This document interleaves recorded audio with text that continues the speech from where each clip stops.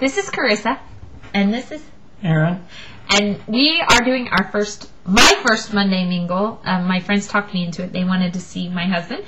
And I know most of you have only seen him in pictures, so now you actually get to see him on camera.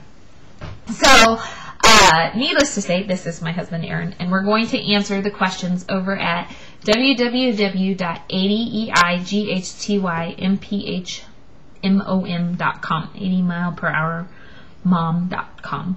So, the first question is for Aaron, and it is, when your spouse asks you, how does this outfit make me look, how do you respond? Wonderful, always. No,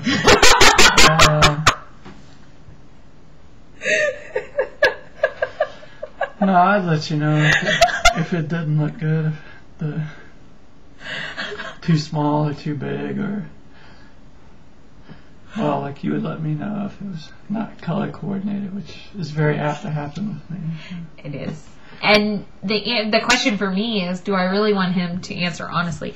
And actually, for him, I do want him to answer honestly, because he's usually the one I'm dressing up for. So if he doesn't like it, I want to know. So that's my answer. The next question is, what is one thing you should always do to keep your spouse happy? Probably learn their most important love languages, be it acts or touch or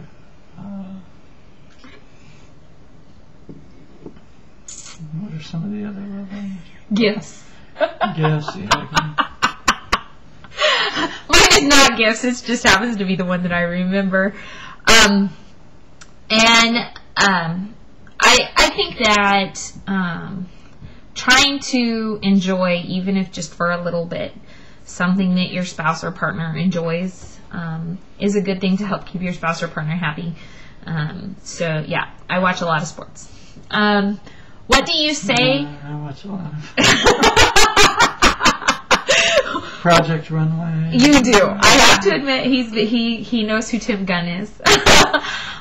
What do you do or say to avoid friction in your relationship? Clam up, or ignore, or walk away. Go to sleep. Go to sleep.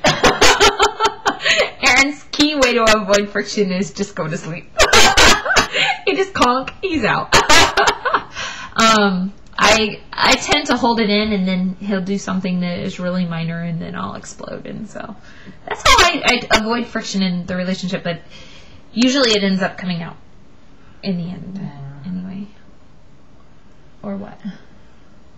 Try to communicate frequently. That always helps too. It does. Communication is always key. What were your first thoughts about your spouse that came to mind when you first met me? First met? It says met. But Michelle and her husband, they talked about when they first met, and they met like we did. Yeah, well, I like the fact that you're an attorney. AKA smart in his mind.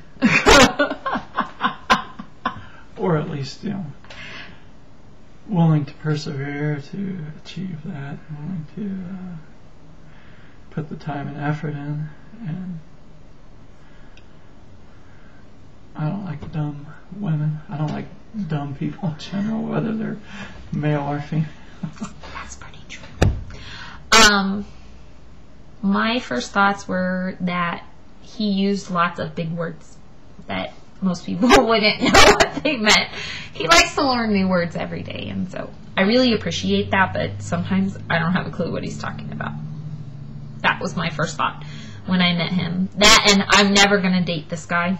And yeah, now I'm married to him. It'll be 5 years, like next month or something, or June, something along those lines. So don't go with the first thoughts you have about somebody, because they don't always happen.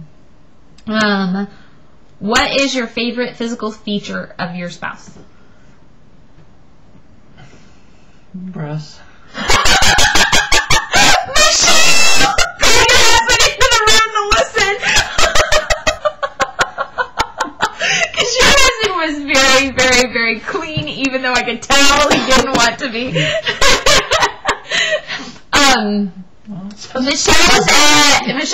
Michelle from scrapsofmygeeklife.com.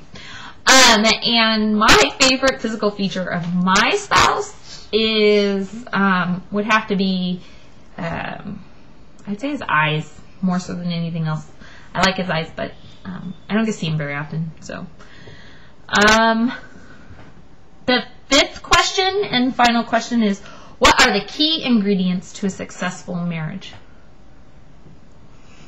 Openness, communication, no secrets, no lies. I'd have to add laughter to that, because if you can't laugh, you're screwed. Yeah. You can't. You're screwed. And I find it amusing that my husband says openness, no lies, and if you go listen, lie by omission. If you go listen to Michelle and her husband at Scraps in My Geek Life, they talk about little white lies. So check out all of my friends, Cheryl, Michelle, everyone else who's done this. Go to 80 Mile Per Hour Mom and check out the Mr. Linky. And hopefully I'll be able to get Aaron to do a couple more vlogs with me, because he's much better at this than he is at writing things out. As you all know, I've been blogging forever and he's never written a guest post. So anyway, thank you for visiting with us and for watching the video, and hopefully we will see you guys soon.